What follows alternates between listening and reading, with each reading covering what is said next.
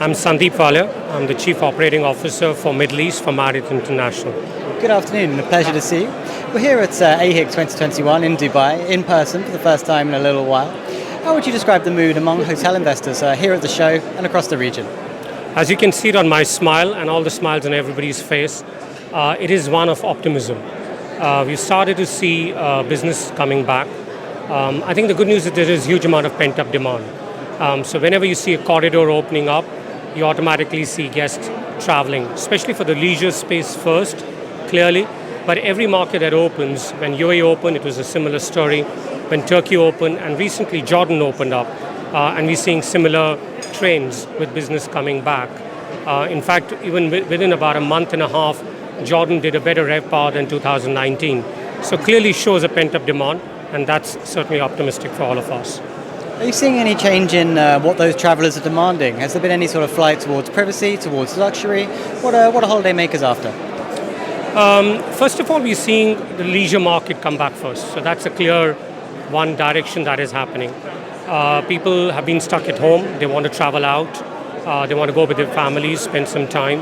But along with that, we're seeing, if I may say, bleisure, which is kind of mixing of the business and the leisure world. And mind you, this was a trend that had already started pre-COVID. COVID has been a bit of a catalyst to get this speeded up or get this accelerated. And we're seeing a lot of leisure and leisure coming back together. I would say the second has been a lot of staycation business that came in first in every market. UAE, Turkey, Jordan, everywhere a similar trend. And a lot of food and beverage.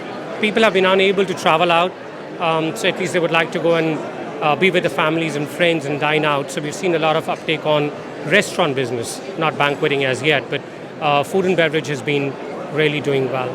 But there's another business stream which is picked up for us, where we have seen a lot of uptake is extended stay. So it is a lot of guests, a lot of people moving out of simple apartments to moving into branded residences or extended stay brands. Where they are sure that there is cleanliness, there's hygiene, there are amenities available. So we're seeing a great demand in that. In fact, we opened the residence in Jeddah in Dubai recently. We opened the Element Jeddah, and they're all doing well. We see about 25 properties in EMEA in the extended stay bracket, if I may say, opening in the next few years. So a good market to be focusing on. And could you tell us a little bit more about those investments, new properties opening? We're just around the corner from the fabulous new St. Regis on the Palm. Are there any other properties that have caught your eye of late? Sure. In fact, St. Regis you talk about, we entered with the St. Regis brand into the Egypt market. So we opened the St. Regis Cairo. We had a conversion of a property to St. Regis in Al Masa, which is the new admin capital for Egypt. We, of course, as you just referred, we just opened the St. Regis the Palm. And in fact, next, in few weeks, we are opening the St. Regis downtown. So that's a brand that is certainly growing for us. But there's a point over there which we spoke about, two conversions. Two of these brands which are coming up are conversions. And that's a great space in which we see potential. COVID has brought in a lot of ownerships who want to kind of dial up into the Marriott portfolio. And today we have a very strong Marriott Bonvoy reward program. We have about 153 million members. So they're certainly able to lock into that engine and the other booking engines, and that certainly helps. To give you an idea, pre-COVID, because 2020 was a bit of a mixed year, but pre-COVID, half of the guests who walked into a Marriott hotel were from Marriott Bonvoy members. So there is a huge community who is loyal, and certainly with the conversions, that's what we're seeing.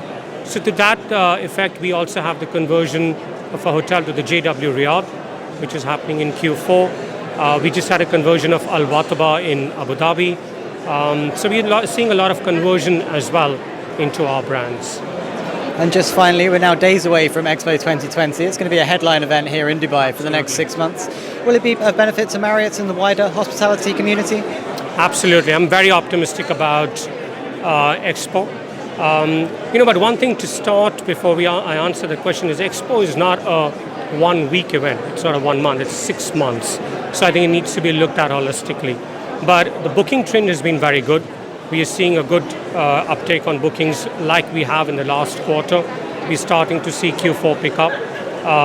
Yes, there are a lot of guests who are coming to Dubai to see the Expo and of course spend time in Dubai. And the vice versa. A lot of guests are coming to Dubai and would see Expo. So it's a bit of a blurred kind of a business source, but we certainly see a lot of business coming because of Expo. And I think what's good is we are seeing a lot of source markets change because some closed. So we have seen, for example, Russia and the CIS market doing very well for us. In fact, any corridor that opens up, you see that source market coming in. But we're certainly optimistic about the Expo for the next 6 months. Superb. Some very interesting points there, and I really appreciate your time today. Thank you so much. Thank you.